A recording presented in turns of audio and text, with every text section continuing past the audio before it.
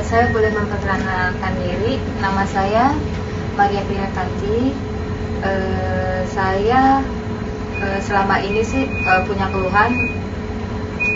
Sewaktu itu saya ketahuannya saya kena kista. Itu setelah saya dirawat masuk UGD, waktu itu gara-gara saya mensnya 2 hari berturut-turut, saya nggak bisa makan, nggak bisa minum, dan saya dehidrasi. Saya sempat 3 hari di rumah sakit dan baru ketahuan kalau saya mengidap kista coklat, dan kista coklat itu sudah 7 cm. Selama ini saya menjalani terapi selama 3 bulan dengan dokter yang sama, dan dokter memvonis saya harus operasi karena kalau tidak operasi itu akan bisa membesar dan bisa membahayakan jiwa.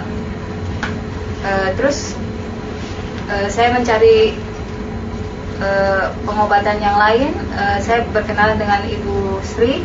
Dari situ saya diberi Jelly Gamat sama spirulina, dan saya mengkonsumsi selama 1 bulan.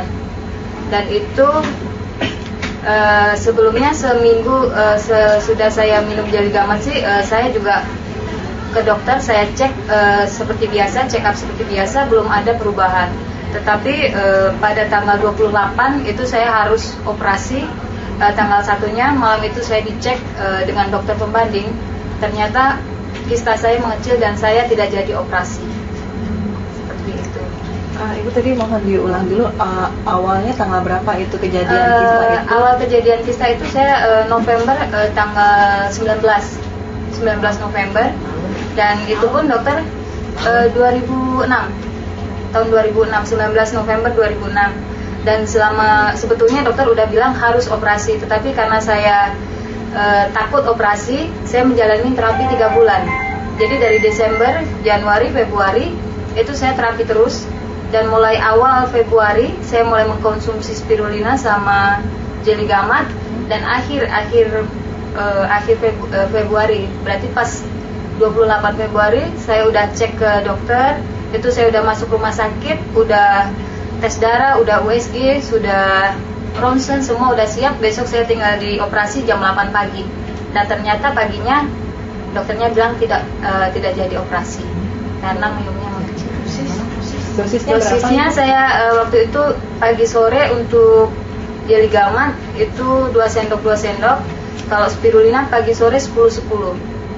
Dan sampai sekarang saya masih teruskan karena saya harus injek juga.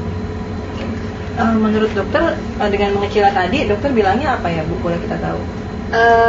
Itu dokter juga sempat bingung dengan hasil yang USG yang ada. Jadi ada perbandingan USG dari USG awal dari November sampai akhir Februari.